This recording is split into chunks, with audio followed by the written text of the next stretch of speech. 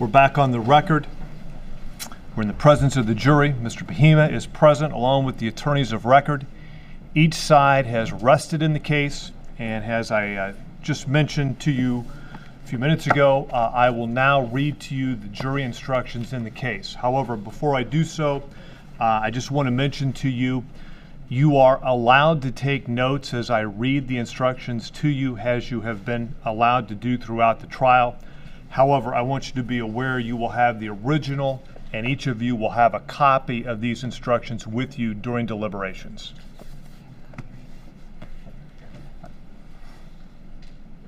Members of the jury, the trial information charges the defendant, Cristhian Bahena Rivera, with the crime of murder in the first degree. The trial information includes the lesser crimes of murder in the second degree, voluntary manslaughter, and involuntary manslaughter. You are instructed as follows. Instruction number 1. Cristhian Bahena Rivera has entered a plea of not guilty. The plea of not guilty is a complete denial of the charge and places the burden on the state to prove guilt beyond a reasonable doubt. Whenever I instruct you the state must prove something, it must be by evidence beyond a reasonable doubt. If the state does not prove the defendant guilty beyond a reasonable doubt, your verdict must be not guilty. Instruction number 2. The trial information is the document that formally charges the defendant with a crime and is merely the method by which the defendant is brought into court for trial. It is not evidence. Instruction number 3. Cristhian Bahena Rivera is presumed innocent and not guilty.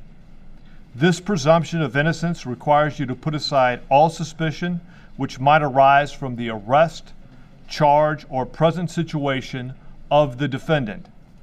The presumption of innocence remains with the defendant throughout the trial unless the evidence establishes guilt beyond a reasonable doubt. Instruction number 4. You shall base your verdict only upon the evidence and these instructions. Evidence is 1. Testimony in person or by deposition. 2. Exhibits received by the court. You may examine the exhibits closely, but be careful not to alter or destroy them. 3. Stipulations, which are agreements between the attorneys. Facts may be proved by direct evidence, circumstantial evidence, or a combination of both. Sometimes, during a trial, references are made to pretrial statements and reports, witnesses' depositions, or other miscellaneous items.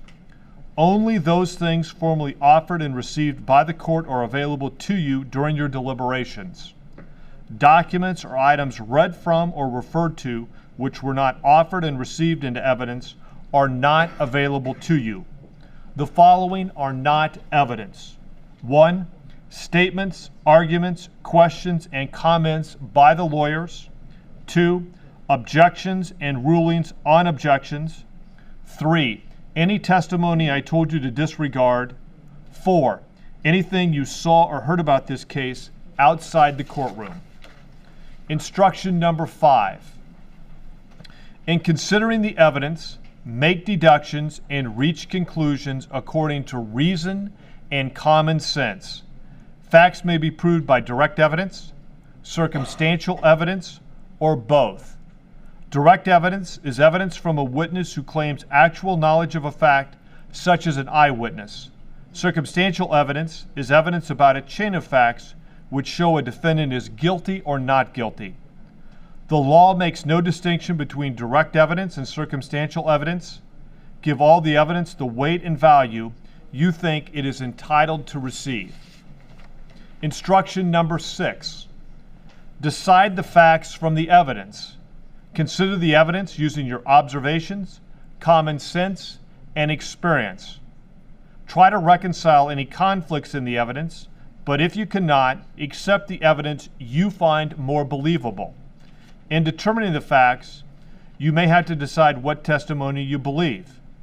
You may believe all, part, or none of any witness's testimony. There are many factors which you may consider in deciding what testimony to believe. For example, 1. Whether the testimony is reasonable and consistent with other evidence you believe. 2. Whether a witness has made inconsistent statements. 3. The witness's appearance, conduct, age, intelligence, memory, and knowledge of the facts. 4. The witness's interest in the trial, their motive, candor, bias, and prejudice. Instruction number 7. You must determine whether the defendant is guilty or not guilty from the evidence and the law in these instructions. You must consider all the instructions together. No one instruction includes all of the applicable law. Instruction number 8. Nothing I have said or done during the trial was intended to give you any opinion as to the facts, proof, or what your verdict should be. Instruction number 9. The burden is on the state to prove Cristhian Bahena Rivera guilty beyond a reasonable doubt. A reasonable doubt is one that fairly and naturally arises from the evidence or lack of evidence produced by the state. If, after a full and fair consideration of all the evidence, you are firmly convinced of the defendant's guilt, then you have no reasonable doubt and you should find the defendant guilty. But if after a full and fair consideration of all the evidence or lack of evidence produced by the state, you are not firmly convinced of the defendant's guilt, then you have a reasonable doubt and you should find the defendant not guilty. Instruction number 10. If there is a reasonable doubt as to the degree of the crime, the defendant shall only be convicted of the degree for which there is no reasonable doubt. Instruction number 11. The duty of the jury is to determine if the defendant is guilty or not guilty. In the event of a guilty verdict, you have nothing to do with punishment. Instruction number 12. Where two or more alternative theories are presented, or where two or more facts would produce the same result, the law does not require each juror to agree as to which theory or fact leads to his or her verdict. It is the verdict itself which must be unanimous, not the theory or facts upon which it is based. Instruction number 13. To commit a crime, a person must intend to do an act which is against the law. While it is not necessary that a person knows the act is against the law, it is necessary that the person was aware he was doing the act and that he did it voluntarily, not by mistake or accident. You may, but are not required to, conclude a person intends the natural results of his acts. Instruction number 14. The state must prove all the following elements of murder in the first degree. 1. On or about the 18th day of July, 2018, the defendant stabbed Mollie Tibbetts. 2. Mollie Tibbetts died as a result of being stabbed. 3. The defendant acted with malice aforethought. 4. The defendant acted willfully, deliberately, premeditatively, and with a specific intent to kill Mollie Tibbetts. If the state has proved all the elements, the defendant is guilty of murder in the first degree. If the state has failed to prove any one of the elements, the defendant is not guilty of murder in the first degree, and you will then consider the charge of murder in the second degree explained in instruction number 22. Instruction number 15. Willful means intentional or by fixed design or purpose and not accidental. To deliberate is to weigh in one's mind, to consider, to contemplate, or to reflect. Premeditate is to think or ponder upon a matter before acting. Instruction number 16. Deliberation and premeditation need not exist for any particular length of time before the act. Instruction number 17. Malice is a state of mind which leads one to intentionally do a wrongful act to the injury of another out of actual hatred or with an evil or unlawful purpose. It may be established by evidence of actual hatred or by proof of a deliberate or fixed intent to do injury. It may be found from the acts and conduct of the defendant and the means used in doing the wrongful and injurious act. Malice requires only such deliberation that would make a person appreciate and understand the nature of the act and its consequences as distinguished from an act done in the heat of passion. Malice aforethought is a fixed purpose or design to do some physical harm to another which exists before the act is committed. It does not have to exist for any particular length of time. Instruction number 18. If a person has an opportunity to deliberate and uses a dangerous weapon against another resulting in death, you may, but are not required to, infer that the weapon was used with malice, premeditation, and specific intent to kill.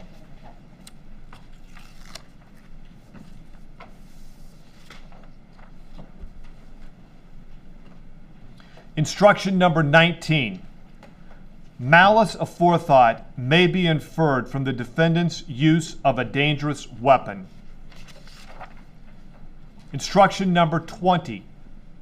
A dangerous weapon is any device or instrument designed primarily for use in inflicting death or injury, and when used, it is designed manner is capable of inflicting death. It is also any sort of instrument or device actually used in such a way as to indicate the user intended to inflict death or serious injury, and when so used is capable of inflicting death. Instruction number 21. Concerning element 2 of instruction number 14, the wound or wounds inflicted by the defendant resulted in the death of Mollie Tibbetts if it caused or directly contributed to Mollie Tibbetts' death. Instruction number 22. The state must prove all the following elements of murder in the second degree. 1. On or about the 18th day of July, 2018, the defendant stabbed Mollie Tibbetts. 2. Mollie Tibbetts died as a result of being stabbed. 3. The defendant acted with malice aforethought. If the state has proved all the elements, the defendant is guilty of murder in the second degree. If the state has failed to prove any one of the elements, the defendant is not guilty of murder in the second degree, and you shall then consider the charge of voluntary manslaughter explained in instruction number 24. Instruction number 23. Murder in the second degree does not require a specific intent to kill another person. Instruction number 24. The state must prove all the following elements of voluntary manslaughter. 1. On or about the 18th day of July, 2018, the defendant intentionally stabbed Mollie Tibbetts. 2. Mollie Tibbetts died as a result of being stabbed. 3.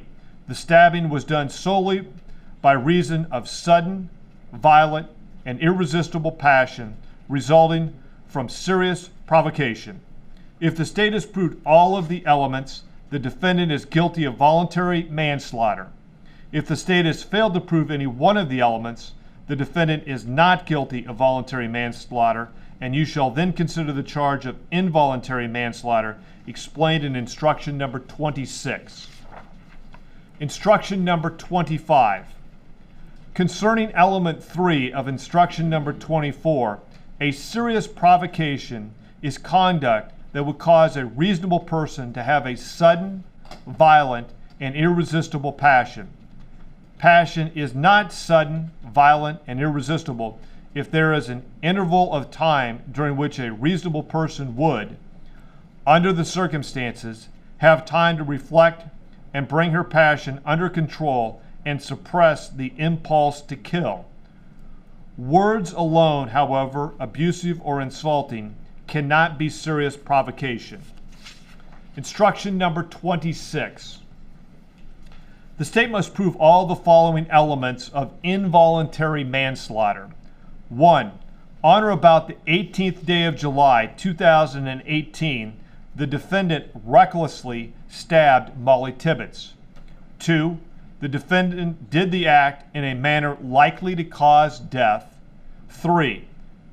By doing the act, the defendant unintentionally caused the death of Mollie Tibbetts. If the state has proved all the elements, the defendant is guilty of involuntary manslaughter. If the state has failed to prove any one of the elements, the defendant is not guilty of involuntary manslaughter. Instruction number 27. Specific intent means not only being aware of doing an act and doing it voluntarily, but in addition, doing it with a specific purpose in mind. Because determining a defendant's specific intent requires you to decide what he was thinking when the act was done, it is seldom capable of direct proof. Therefore, you should consider the facts and circumstances surrounding the act to determine the defendant's specific intent. You may, but are not required to conclude a person intends the natural results of his acts. Instruction number 28. Evidence has been offered to show the defendant made statements at an earlier time and place. If you find any of the statements were made, then you may consider them as part of the evidence, just as if they had been made at this trial. You may also use these statements to help you decide if you believe the defendant. You may disregard all or any part of the defendant's testimony if you find the statements were made and were inconsistent with the defendant's testimony given at trial, but you are not required to do so. Do not disregard the defendant's testimony if other evidence supports it or if you believe it for any other reason. Instruction number 29. The defendant cannot be convicted by a confession alone. There must be other evidence the defendant committed the crime. In determining the weight and believability of the confession, you should consider 1. The defendant's mental capacity and intelligence. 2. The defendant's mental and emotional state at the time it was made. 3. Whether it was knowingly and intelligently made. 4. Whether the defendant understood it. 5. Any other evidence relating to the confession. Instruction number 30. Evidence has been received concerning the defendant's character for nonviolence. This evidence should be considered with all other evidence in determining whether the defendant is guilty or not. If you find the defendant's character as to nonviolence is good, you may consider this evidence in determining whether a person of such character of nonviolence would be likely to commit the crime charged. If the evidence of such good character as to nonviolence is good enough, together with all the other evidence, to raise a reasonable doubt as to the defendant's guilt, he must be acquitted, even though without such proof of good character, the jury would convict. However, the defendant's previous good character as to nonviolence is not a defense if you find by evidence beyond a reasonable doubt that the defendant committed the crime charged. Instruction number 31. You have heard testimony from persons described as experts. Persons who have become experts in a field because of their education and experience may give their opinion on matters in that field and the reasons for their opinion. Consider expert testimony just like any other testimony. You may accept it or reject it. You may give it as much weight as you think it deserves, considering the witness's education and experience, the reasons given for the opinion, and all the other evidence in the case. Instruction number 32. During the trial, you have been allowed to take notes. You may take these with you to the jury room to use in your deliberations. Remember, these are notes and are not evidence. Generally, they reflect the recollection or impressions of the evidence as viewed by the person taking them and may be inaccurate or incomplete. Upon reaching a verdict, leave the notes in the jury room and they will be destroyed. Instruction number 33. Smoking is prohibited in the jury room during deliberations. If a juror feels it necessary to smoke, the juror must leave the jury room and smoke in an area designated by the court attendant. During the juror's absence, the jury may not continue to deliberate, as all jurors must be present during deliberations. Instruction number 34. When you begin your deliberations, you should select a foreman or forewoman. He or she shall see that the deliberations are carried on in an orderly manner, that the issues are fully and freely discussed, and that every juror is given an opportunity to express his or her views. In order to return a verdict, each juror must agree to it. Your verdict must be unanimous. It is your duty as jurors to consult with one another and reach an agreement, if you can do so without compromising your individual judgment. Each of you must decide the case for yourself, but do so only after an impartial consideration of all the evidence with the other jurors. During your deliberations, do not hesitate to re-examine your view and change your opinion if convinced it is wrong. But do not change your opinion as to the weight or effect of the evidence just because it is the opinion of other jurors or for the mere purpose of returning a verdict. Remember, you are the judge of the facts. Your sole duty is to find the truth and do justice. Instruction number 35. Occasionally, after a jury retires to the jury room, the members have questions. I have prepared the instructions after carefully considering this case with the attorneys. I have tried to use language that is generally understandable. Usually, questions about instructions can be answered by carefully rereading them. If, however, any of you feel it necessary to ask a question, you must do so in writing and deliver the question to the court attendant. I cannot communicate with you without first discussing your question and potential answers with the parties and the attorneys. This process naturally takes time and deliberation before I can respond. When I respond, it will be in writing, and the foreperson must read the response to the jury. Keep the written question and the response and return it to open court with the verdict. The court attendant who has been working with me on this case is in the same position as I am. She will be taking an oath not to communicate with you except to ask if you have reached a verdict. Please do not put her on the spot by asking her questions about the case. Instruction number 36. I am giving you one verdict form. When you have agreed upon a unanimous verdict and the foreperson has signed the verdict form, please notify the court attendant. Signed this the 27th day of May, 2021, by myself, Joel D. Yates.